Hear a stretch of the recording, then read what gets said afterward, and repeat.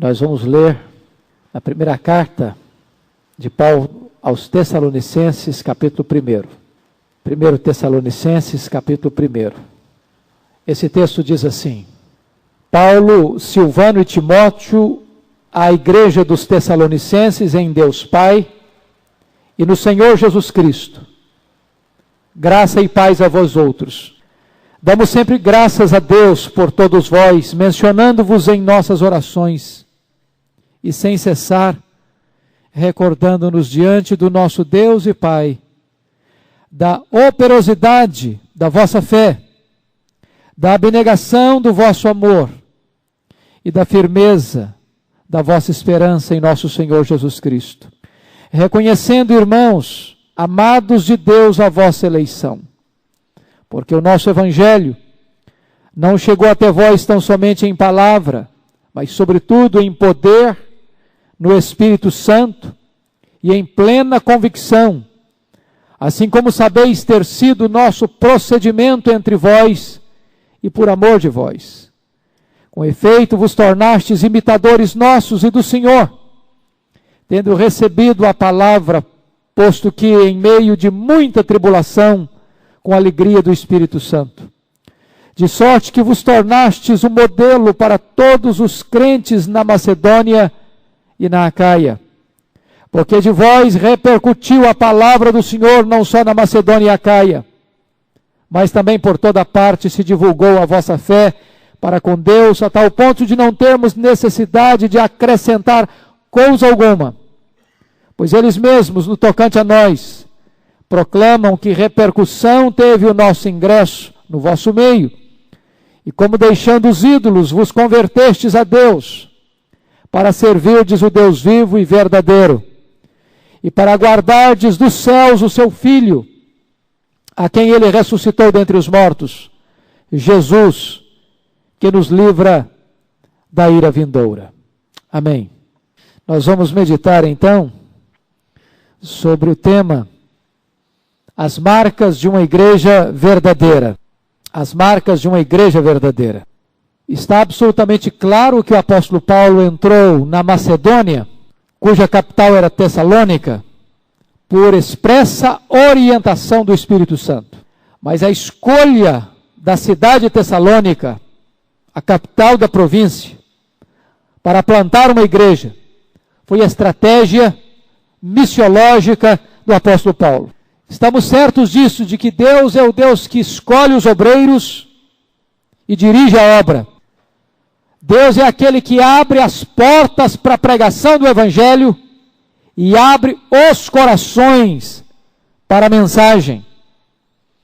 E desta maneira, em apenas 3 semanas, o apóstolo Paulo planta uma igreja na capital da província da Macedônia. Na época, uma cidade com 200 mil habitantes. E aquela igreja que nasceu num parto de dor, de perseguição, transforma-se numa igreja modelo e numa agência missionária que há de alcançar as províncias circunvizinhas e todo o território então conhecido. Eu estou certo de que os atributos desta igreja de Tessalônica ainda são luzeiros, que devem clarear a caminhada da igreja nos dias contemporâneos. Eu chamo a sua atenção, então, para as lições desse texto. Nós vamos examinar esse texto em 5 pontos bem distintos. Em primeiro lugar, vamos olhar uma saudação carinhosa, versos 1 e 2. E nós vamos primeiramente notar, o primeiro ponto são os remetentes da carta. Versículo 1, Paulo, Silvano e Timóteo. Esses são os 3 remetentes da carta. Eu estou certo de que, por uma questão de fidalguia, o apóstolo Paulo insere o nome de Silvano e de Timóteo como remetentes da carta, embora a carta é uma carta paulina. A autoria é de Paulo.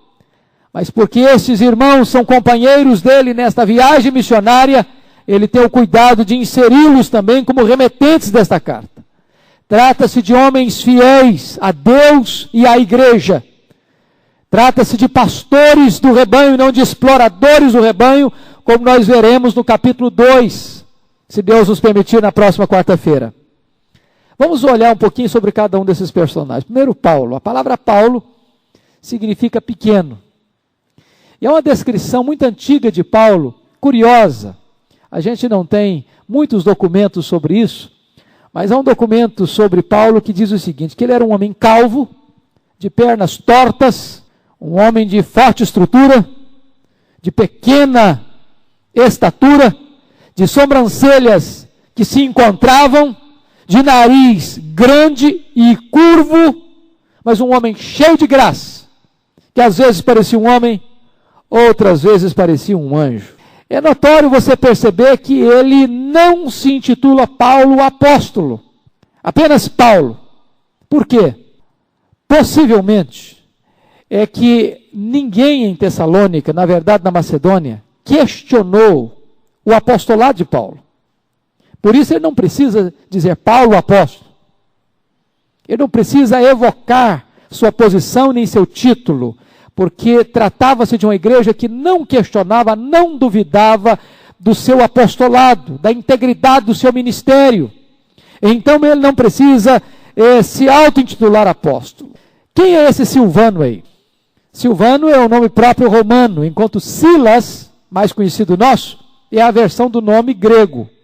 Então, Silvano é o mesmo Silas, e se você quiser ir para o latim, é Silvanus. Então, esse Silvano aí é Silas. E esse Silas era um líder entre os irmãos e um profeta. Silas acompanhou Paulo na segunda viagem missionária em lugar de Barnabé. Você se lembra que houve um entreveiro entre Paulo e Barnabé por causa de João Marcos. Barnabé se separou de Paulo e Silas acompanhou Paulo nessa segunda viagem missionária. E não somente isso, mas Silas é preso com Paulo em Filipos, é açoitado com Paulo em Filipos. Somos informados de que Silas também era um cidadão romano, do mesmo jeito que Paulo, e ele se engaja com Paulo na evangelização de Tessalônica, de Bereia e de Corinto. Timóteo era nativo de Listra, pai grego, mãe judia, esteve com Paulo na segunda viagem missionária, na terceira viagem missionária. Depois ele foi enviado por Paulo a Éfeso, foi pastor de Éfeso, esteve com Paulo na primeira prisão em Roma. Quando Paulo estava preso a segunda vez em Roma, Paulo o convoca a Roma para estar com ele antes do seu martírio. São esses três homens os remetentes desta carta. Quem são os destinatários da carta? Segundo ponto. Note aí uma coisa interessante. Paulo, Silvano e Timóteo, a igreja dos Tessalonicenses. É notório isso, porque nós temos duas coisas aqui interessantes. Primeiro, era uma igreja do povo. Não era a igreja de Tessalônica, era a igreja dos Tessalonicenses. Paulo está querendo dizer com isso que a igreja não é um prédio, nem a igreja é apenas um instrumento denominacional ou uma instituição. A igreja é o povo. Às vezes a gente confunde igreja com estrutura, confunde igreja com organização, confunde igreja até mesmo com templo. E Paulo diz que a igreja são as pessoas. E desta maneira ele não se dirige apenas a um grupo da igreja, ele se dirige à igreja dos Tessalonicenses, porque na igreja todos têm o mesmo valor, todos têm a mesma importância. Mas o segundo ponto, que era uma igreja estabelecida em Deus. A igreja dos Tessalonicenses em Deus Pai e no Senhor Jesus Cristo. O que significa isso? Que a igreja, ela está inserida em Deus e Deus está inserido na igreja. A igreja vive em Deus e Deus vive na igreja. É como se Deus fosse a atmosfera em que a igreja vive. Como você é tragado pelo ar, você não vive fora do ar, você depende do ar, você não pode sobreviver se você não tiver o ar. Da mesma maneira a igreja vive em Deus, sobrevive em Deus. Se ela não está em Deus, ela pode ter estrutura, ela pode ter organismo, ela pode ter organização, mas ela não é a igreja de Deus. A igreja está em Deus Pai e no Senhor Jesus Cristo. Note em terceiro lugar aí as bênçãos da carta. Graça e paz a vós outros. É interessante isso. Graça é um dom imerecido e paz é o resultado da graça. Graça é a causa da salvação, paz é o resultado da salvação. Essas duas bênçãos falam então da causa da salvação e do efeito da salvação. Ele pede graça, porque não há salvação sem graça. E ele pede paz, porque onde tem salvação e onde tem graça, tem a paz de Deus. Nós poderíamos sintetizar assim: a graça é a fonte e a paz é a corrente de água que emana dessa fonte. Se você tem graça, você tem paz. Se você não tem graça, você não tem paz. Quem tem paz é porque antes já recebeu graça. E quem já recebeu graça pode experimentar essa paz. Vamos ao segundo ponto. Primeiro, então, uma saudação amorosa. Segundo ponto, uma gratidão copiosa. Versículos 3 a 5. E a primeira coisa que você vai notar aí é um testemunho formidável. Damos sempre graças a Deus por nós, por todos vós, mencionando-vos em nossas orações e sem cessar, recordando-nos diante do nosso Deus e Pai, 3 coisas: operosidade da vossa fé. Segundo, abnegação do vosso amor. Terceiro, firmeza da vossa esperança em nosso Senhor Jesus Cristo. Não sei se você percebeu, Paulo está listando aqui as 3 virtudes cardeais do cristão: fé, amor e esperança. Estas 3 virtudes caracterizam a maturidade de uma igreja. Como é que você pode saber que uma igreja é madura? Se ela tem fé em Jesus, se ela tem amor por Deus e uns pelos outros, e se ela tem uma viva esperança em Deus, e uma viva esperança na segunda vinda do Senhor Jesus. Vamos notar esses 3 pontos mais particularmente. Primeiro, esse verso 3 está falando de uma fé que produz obras. Operosidade da vossa fé. Note você que onde tem fé verdadeira, tem que ter obras. Porque a fé sem as obras é morta. Então, se alguém diz eu tenho fé, mas não tem obras, essa fé não tem valor. Não existe aquele tipo de fé mística, desassociada da realidade da vida. É claro que Paulo está falando que é fé mais obras, é fé que produz obras. A salvação é pela fé somente, mas esta fé não vem sozinha, ela é acompanhada de obras. E aí, é interessante encontrar a palavra que aparece aí para operosidade, é uma palavra grega que significa trabalho ativo, governado e energizado pela fé. Que trabalho era esse? Assistir os doentes? Fortalecer os fracos? Consolar os tristes? Podia ser. Mas se você olhar o contexto, você vai notar uma coisa. À luz dos versos 6 a 10, o grande trabalho é que esta igreja, depois de alcançada, se empenhou em alcançar os inalcançados. Esta igreja tornou-se uma agência de evangelização na província da Macedônia, na província da Acaia e além fronteira. Segundo lugar, note comigo aí, abnegação do vosso amor. Essa palavra abnegação, talvez ela não nos ajude a entender muito bem, porque a gente é levado a achar aí apenas na questão de abrir mão, de você honrar o outro primeiro, você dar espaço para o outro primeiro, isso que traz a ideia de abnegação. Mas quando você vai olhar a palavra grega para isso, é uma palavra que também envolve trabalho. Aliás, a palavra aqui é não só trabalho como está lá de operosidade, mas é um trabalho mais forte, é um trabalho exaustivo. É um labor que leva você ao cansaço, ao suor e à fadiga. Pensa você naquele trabalhador braçal que emprega todas as energias do seu corpo, que estica todos os músculos do seu corpo. É um trabalho que é extenuado, que emprega toda a força, todo o vigor e toda a energia de uma pessoa. É essa palavra que Paulo está usando aqui, para a abnegação do amor. O que ele está querendo dizer com isso é o seguinte: nós evidenciamos o nosso amor por Cristo, por aquilo que nós fazemos para Ele. Nós evidenciamos o nosso amor uns pelos outros, na medida em que nós nos dispomos, nessa medida, em servirmos uns aos outros. A medida da exaustão. Terceiro lugar, ele vai falar aqui da firmeza da esperança. A palavra firmeza aqui também é preciso entender, Porque Paulo vai usar aqui uma das palavras mais lindas do grego no Novo Testamento para descrever firmeza. Na verdade, essa palavra é muito mais traduzida por paciência. Era a palavra usada para paciência diante de circunstâncias adversas. Essa é a paciência triunfadora. Não é aquela paciência estoica, que você trinca os dentes e diz, eu vou aguentar firme. E você está gemendo e está chorando, mas está ali como um herói, estoico, aguentando a coisa. Não, não é esse tipo de paciência que ele está falando.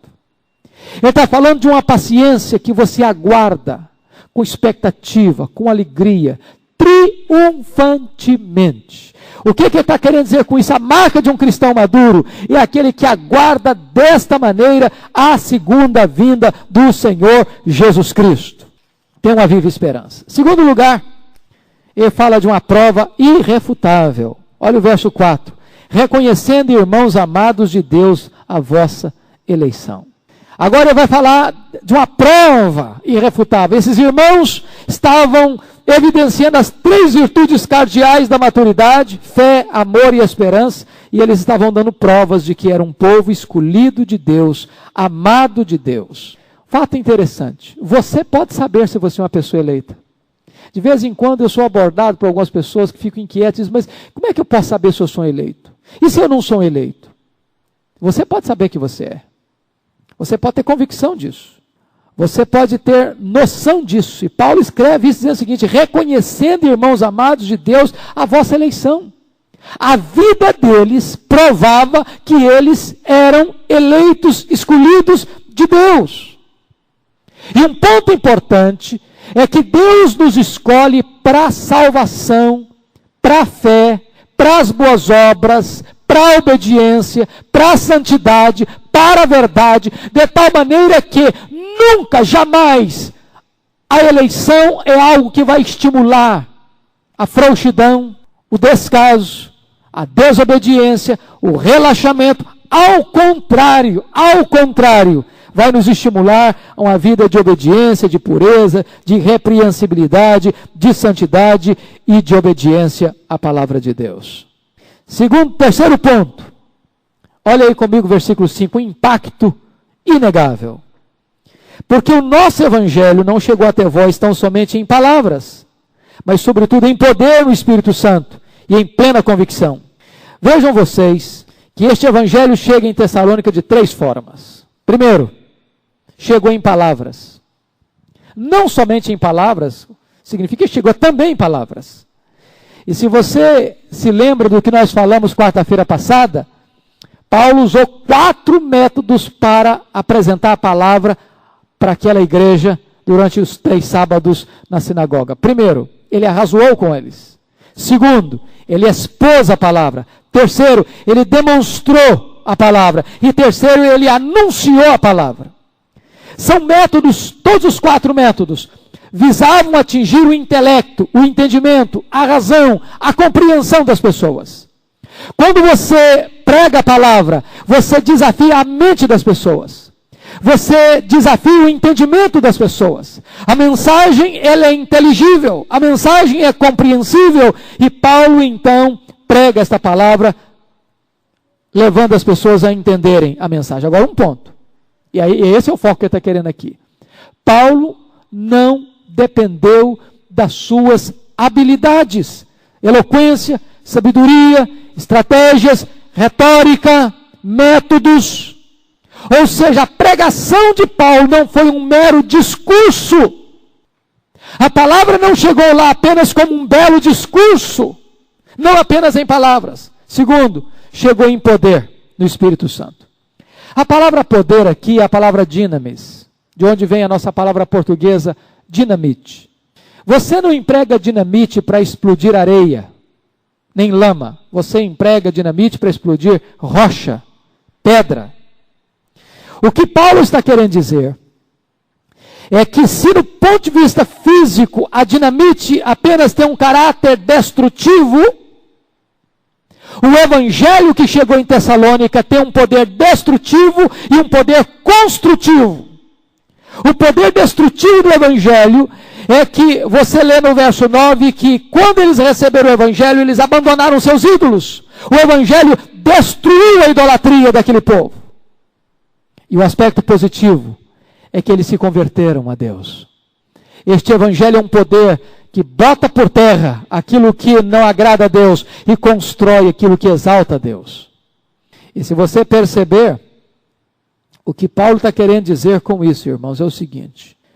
Ele, quando chegou em Tessalônica para pregar, ele entendeu uma coisa.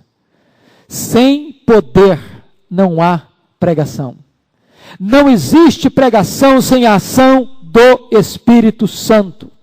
Na verdade, pregação é a ação divina. Mark Lloyd Jones chega a dizer que pregação é lógica pegando fogo. Pregação é teologia em chamas. Pregação é teologia que extravasa de um homem que está em chamas.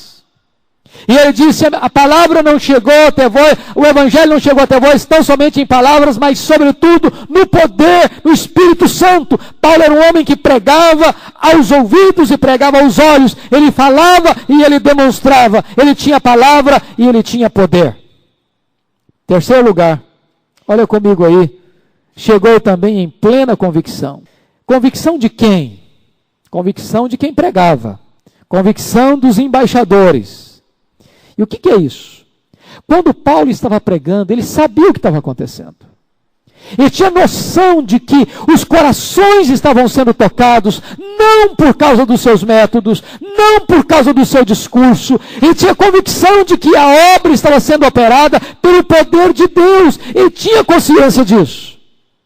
Ele sabia desse detalhe. E sabe, irmãos, que coisa maravilhosa quando nós podemos entender essa verdade. E como a igreja precisa desse fato. Se você perceber a história dos profetas, pega lá, por exemplo, a história de Elias, quando aquela mulher vai dizer para ele, de Sarepta, agora eu sei que tu és um homem de Deus e que a palavra de Deus na tua boca é verdade. Elias sabia disso. Quando Eliseu chegou no quarto daquele menino, filho da mulher de Sunem, e ele estava morto, e ele põe o bordão no rosto daquele menino morto, ele tinha convicção do que Deus estava para fazer. Então, quando Paulo diz que o Evangelho chegou em convicção, ele sabia que ele estava sendo apenas um instrumento de Deus. Ele estava sendo possuído por Deus, para pregar a palavra de Deus, no poder de Deus, para alcançar os corações. Terceiro ponto, uma imitação grandiosa. Olha comigo aí os versos 6 e 7. Com efeito vos tornastes imitadores nossos e do Senhor, tendo recebido a palavra, posto que em meio de muita tribulação, com a alegria do Espírito Santo, de sorte que vos tornastes um modelo para todos os crentes na Macedônia e na Acaia. Algumas coisas eu destaco. Primeiro, a igreja imitou o modelo certo. Quem que ela imitou? Ela imitou, note você, vos tornastes imitadores nossos e do Senhor. Por que não está invertido? Por que a igreja não imitou o Senhor e depois Paulo, Silas e Timóteo? Não poderia ser a ordem mais lógica? Na verdade, o que Paulo está dizendo é que o mundo precisa ver Deus em nós, em primeiro lugar. Você se lembra que quando o Senhor Jesus aparece para João na ilha de Pátimos, em glória, e quando ele se volta para ver quem falava com ele, o que ele viu?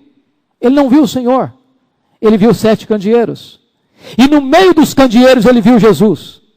O que significa isso? Que antes do mundo ver Deus, o mundo precisa ver Deus na igreja. O mundo só vai imitar a Deus quando ver Deus na vida da igreja.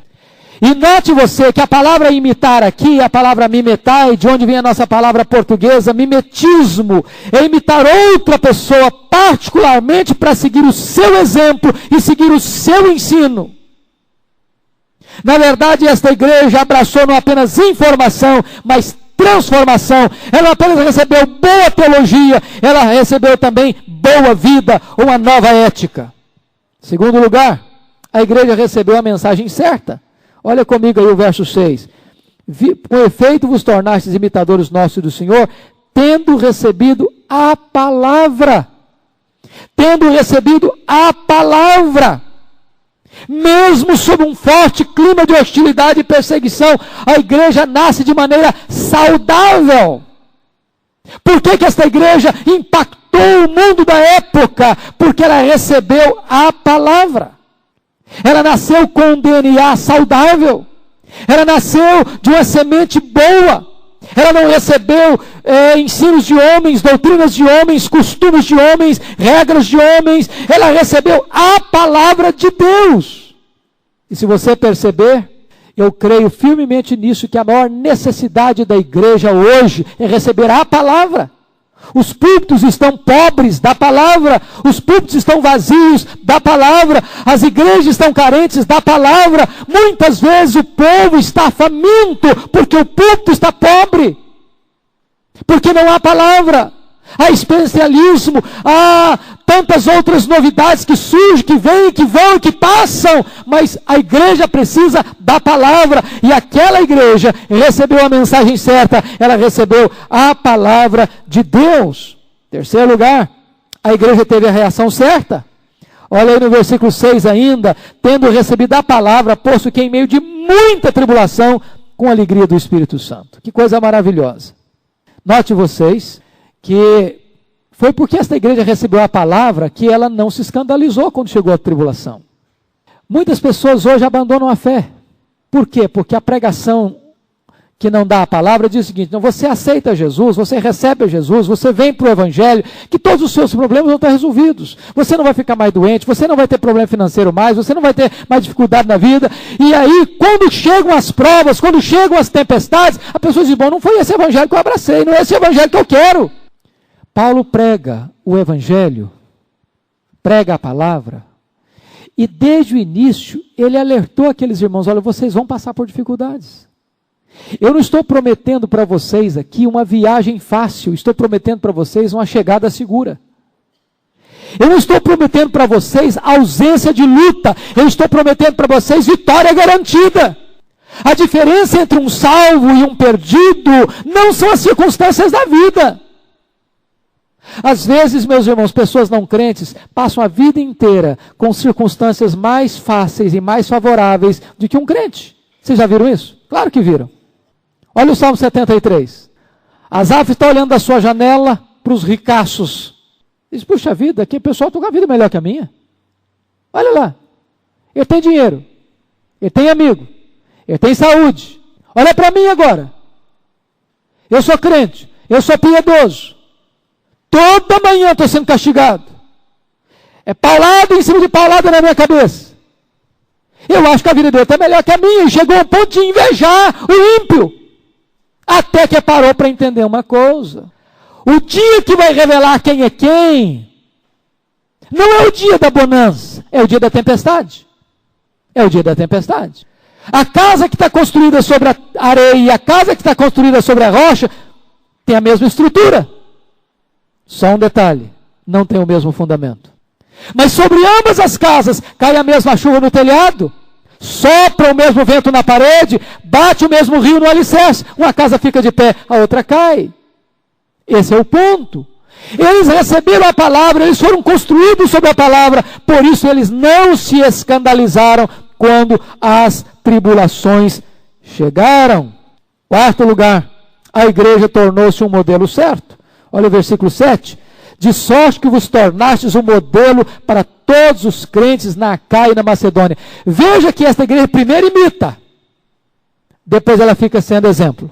Olha que interessante. Primeiro ela olha no espelho, imita alguém. Daqui a pouquinho ela não precisa imitar. Daqui a pouquinho as pessoas é que estão imitando ela. Agora ela deixou de ser apenas imitadora para ser modelo, para ser paradigma, para ser exemplo. Significa o seguinte, irmãos, que essa igreja amadureceu. Nós precisamos ser exemplo para as pessoas. Quero chamar a sua atenção para a palavra que Paulo usa aí. A palavra que Paulo usa aí para modelo é uma palavra muito interessante que você vai saber. É a palavra tipos do grego. Eu sou da geração, e muitos de vocês são da geração que antecedeu o computador. Eu fui da geração que tinha que ir para uma escola de datilografia. Eu dou graças a Deus porque eu fui para uma escola de datilografia quando era adolescente. Isso resolveu muita coisa na minha vida. E você se lembra que você bate o dedo na tecla, e ali tem uma coisa que se chama tipo. Tipo. E aquele tipo imprime junto com aquela fita de carbono, aquela fita que tem uma tinta, aquele sinal no papel. Isso é tipo. Isso é o tipo. O que Paulo está dizendo é que esta igreja agora está imprimindo nos outros sua vida, seu exemplo, suas atitudes, sua postura, sua ética, sua teologia. Esta igreja está se transformando em modelo para outras pessoas. Que coisa maravilhosa. É como se elas estivessem imprimindo nos outros a própria vida do Senhor Jesus. Quarta lição, uma influência auspiciosa. Uma influência auspiciosa. Versículos 8 e 9. Porque de vós repercutiu a palavra do Senhor não só na Macedônia e Acaia, mas também por toda parte se divulgou a vossa fé para com Deus, a tal ponto não termos necessidade de acrescentar coisa alguma. Pois eles mesmos, no tocante a nós, proclamam que repercussão teve o nosso ingresso no vosso meio, como deixando os ídolos, vos convertestes a Deus, para servirdes o Deus vivo e verdadeiro. Alguns pontos eu chamo a sua atenção. Primeiro, uma repercussão abrangente. Verso 8, porque de vós repercutiu a palavra do Senhor. É interessantíssima essa palavra. Repercutiu, ou ecoou. Essa palavra na língua grega é a palavra de onde vem a nossa palavra portuguesa eco. Eco. A ideia básica era esta, de soar como uma trombeta, ou soar como um sino, ou soar como um trovão. Esta palavra traz a ideia de um barulho tumultuoso, como o ruído do mar, ou como o ruído de uma multidão. Daí veio, dessa palavra aqui, é que veio a nossa palavra eco. É alguma coisa que reverbera um som para longe. E o que é que Paulo está querendo dizer com isso? A igreja de Tessalônica é como que uma caixa acústica de Deus. É como um alto-falante de Deus. A igreja de Tessalônica foi como que um trovão de Deus, como uma trombeta de Deus, que fez soar para além das suas fronteiras a mensagem de Deus. Esta é a ideia que Paulo quer passar aqui. Ela fez ressoar, repercutir, como que um eco que sai espalhando o som do evangelho por onde esta igreja estava e além fronteiras. O fato interessante é que o verbo está no perfeito e por isso denota uma atividade continuada do som. Assim, a igreja era uma espécie de caixa acústica por meio da qual o evangelho era espalhado pelas áreas em derredor. Segunda coisa, uma conversão evidente. Olha aí, versículo 9. Pois eles mesmos, no tocante a nós, proclamam que repercussão teve o nosso ingresso no vosso meio, e como deixando os ídolos, vos convertestes a Deus. O que é conversão, irmãos? Quais são os dois elementos da conversão? Você sabe que há uma diferença entre regeneração e conversão. Regeneração é uma obra do Espírito Santo em nós em que nós não temos consciência. Nenhuma. Assim como uma criança, quando ela é gerada, um ser é gerado, ele não tem nem participação e nem consciência de quando ele é gerado. O Espírito Santo produz em nós esta nova vida.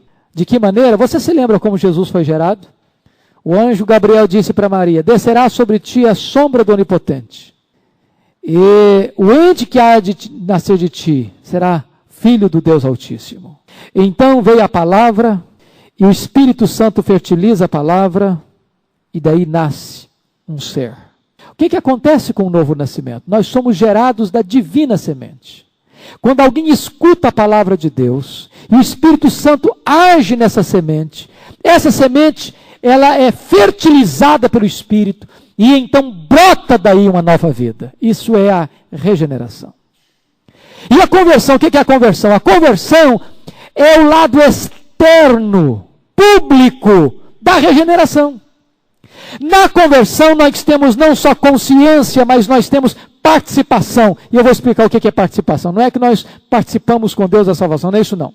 Porque a Bíblia diz que Deus é quem opera em nós, tanto querer quanto realizar. O que eu estou querendo dizer é que há dois elementos na conversão: o arrependimento e a fé. São os dois elementos da conversão. E o que é arrependimento? Arrependimento tem três elementos. Arrependimento implica na sua razão, na sua emoção e na sua vontade. Então Deus toca o seu intelecto, Deus toca a sua emoção, Deus toca a sua vontade. O que é arrependimento? É mudança de mente, é tristeza pelo pecado e é mudança de atitude. Se faltar um desses elementos, não houve arrependimento. Eu vou explicar. Por exemplo, Judas Iscariotes, quando ele traiu Jesus, ele reconheceu o erro dele? Reconheceu. Reconheceu. Não só reconheceu, ele proclamou isso. Ele foi lá buscar os sacerdotes: olha, eu traí sangue inocente. Eu não quero mais esse dinheiro. Se é problema seu, jogou o dinheiro no chão, não quer mais. Segundo lugar, então, ele teve o primeiro lado do arrependimento. Mudança de mente. Ele teve o segundo aspecto do arrependimento. Ele sentiu tristeza pelo pecado? Sentiu. Muita tristeza. Muita tristeza. Mas por que o arrependimento de Judas não foi completo? Porque faltou o terceiro elemento. Qual o terceiro elemento? Volição. É dar meia volta e voltar-se para Deus. Se ficar apenas no entendimento e na emoção, isso não é arrependimento, isso é remorso. Qual a diferença entre Judas e Pedro? É que Judas, a diferença básica do pecado não existe, é a mesma. Trair e negar é a mesma coisa. O aspecto de Pedro é que Pedro não só reconheceu o erro, sentiu tristeza pelo erro, chorou por ele, mas ele se voltou para Jesus. Houve o elemento da volição, da volta. Esta igreja se arrepende e esta igreja crê. Ou seja, essa igreja se converte. Esta igreja é convertida. Essa é a conversão. Mas conversão de quê para quem? Conversão dos ídolos para Deus. É muito interessante notar o seguinte, irmãos. Tessalônica é uma cidade grega. Ficava a 80 quilômetros, basicamente, de Atenas, onde estava o Monte Olimpos. E onde no cume desse monte ficava Zeus, chamado o grande Deus. E diziam os estudiosos da mitologia grega que quando Zeus sacudia a sua cabeleira ondulante, o Monte Olimpos tremia. Era um povo que tinha muitos deuses, muitos ídolos. Era um povo prisioneiro da idolatria. E quando Paulo chega com o evangelho em Tessalônica, eles deixam esses ídolos mortos e passam a adorar o Deus vivo. Eles deixam esses ídolos inúteis e passam a adorar o Deus que tem controle dos céus e da terra. Eles saem da idolatria e entram para o evangelho do Senhor Jesus Cristo. Seus olhos são absolutamente abertos. Mas notem vocês, em terceiro lugar, que eles se convertem com que finalidade? Deixando os ídolos, vos convertesses a Deus para, e aí tem a finalidade, para servirdes o Deus vivo e verdadeiro. Note você o terceiro ponto aí. Terceiro ponto, um serviço diligente. Os tessalonicenses abandonaram os ídolos e se converteram a Deus, não para viverem sem compromisso, mas para servir o Deus vivo e verdadeiro. Eles abraçaram uma fé operosa. Isso é conversão.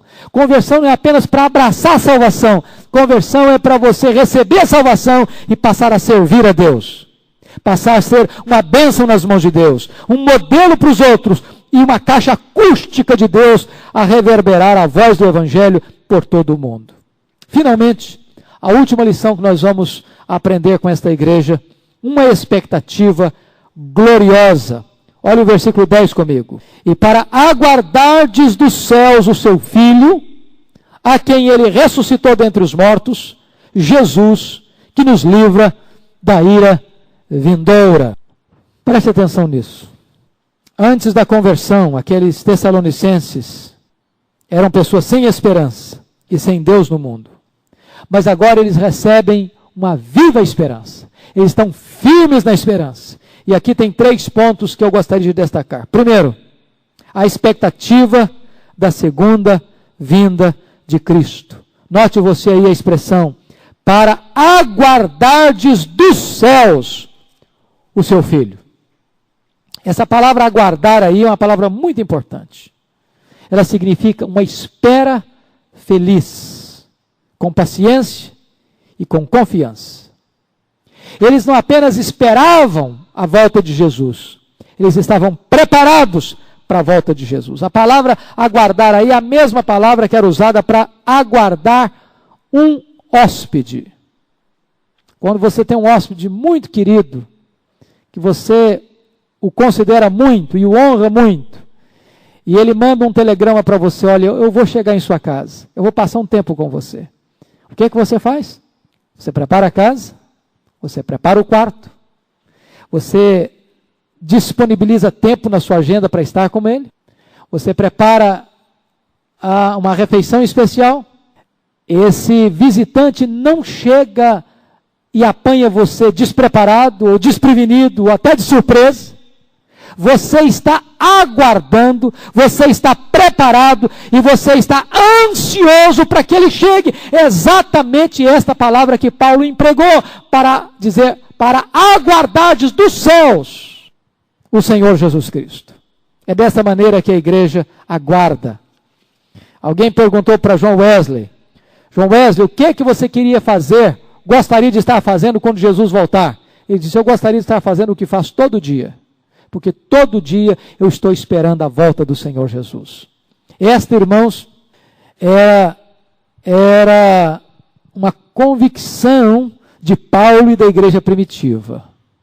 A volta iminente do Senhor Jesus. Notem que eles estão aguardando não sinais, eles estão aguardando o Salvador. Essa é a expectativa da igreja, Jesus vai voltar. E se você ler na Bíblia, você percebe que essa é uma promessa para agora, para hoje. Venho sem demora, eis que cedo venho. A igreja tinha essa expectativa, e essa expectativa da segunda vinda de Cristo era um dos principais elementos que levava a igreja a viver em santidade, aguardando e apressando o dia da volta do Senhor. Segunda coisa, a base para a expectativa da segunda vinda de Cristo, é maravilhoso entender isso. Há quem ele ressuscitou dentre os mortos. Paulo linka a ideia da segunda vinda com a ressurreição, porque não tem a mínima razão de você acreditar na segunda vinda se você não crê na ressurreição. Por que Paulo coloca isso? Porque lá em Tessalonicenses, ou lá em Tessalônica, a doutrina da ressurreição estava sendo questionada. Então ele diz o seguinte, nós temos base para esperar a segunda vinda, porque este Jesus ressuscitou dentre os mortos, e se ele ressuscitou dentre os mortos, e voltou para o céu, e está no céu, ele virá do céu, para nos levar para o céu, e então a ressurreição é uma garantia clara da segunda vinda, é uma prova inequívoca da segunda vinda. Terceiro lugar, o livramento que a igreja terá quando da segunda vinda de Cristo, e ele diz aí, que nos livra da ira vindoura. Irmãos amados, eu preciso entender isso aqui com vocês, porque esse conceito não é simples e nem é fácil. O que é a ira de Deus? Nós temos muita dificuldade em entender esse ponto, porque a ideia que nós temos de Deus é de um Deus amoroso, todo amor, e a Bíblia diz que Deus é amor. Segundo, porque a ideia de ira está muito ligada à nossa natureza pecaminosa. O que é ira para você e para mim? É uma emoção forte, fruto de um orgulho ferido, uma explosão de fúria caprichosa, muitas vezes uma emoção descontrolada, de uma pessoa zangada. Mas não é isso que é ira para Deus. Deus nunca fica descontrolado. Deus nunca perde o controle. Deus nunca tem ira caprichosa. Deus nunca fica com orgulho ferido. A ira de Deus é uma justa reação de Deus diante do mal. A ira de Deus é dirigida contra o mal e não é uma ira arbitrária. Daí, a Bíblia fala de que Deus está irado. E você lê Apocalipse e você lembra lá que o cálice da ira de Deus está enchendo. E quando Jesus voltar, aqueles que viveram longe dele, que zombaram dele, que escarneceram dele, que rejeitaram a sua santa palavra, enfrentarão a ira do Cordeiro. Você se lembra lá em Apocalipse 6, que quando as colunas do universo estão abaladas, e quando o universo está se desfazendo, quando o mundo está entrando em colapso, os ímpios estão desesperados, tentando se esconder em cavernas, e eles estão com medo e apavorados, não é porque o mundo está desabando na cabeça deles, não é. Eles estão desesperados porque dizem, chegou o grande dia da ira do Cordeiro. E Amós vai dizer então que esse dia será dia de trevas e não de luz. Será dia de juízo e não de livramento.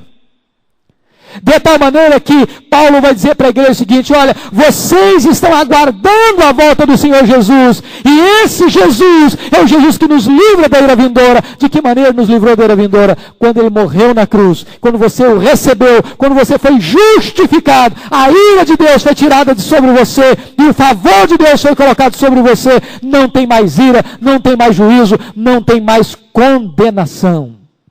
Por isso nós temos plena segurança, plena confiança, e podemos aguardar a volta do Senhor Jesus com o coração feliz, com o coração alegre. Irmãos, eu queria concluir dizendo que o meu desejo é que as marcas dessa igreja que nasceu num parto de dor, mas cresceu vigorosamente e fez ecoar a mensagem do Evangelho em todo o mundo, possa ainda hoje inspirar a nossa igreja, esta igreja, as igrejas aqui representadas, a se voltarem para Deus e a fazerem a obra de Deus com alegria, com humildade e na dependência do Espírito Santo do Senhor. Que Deus nos ajude, que Deus nos abençoe. Amém.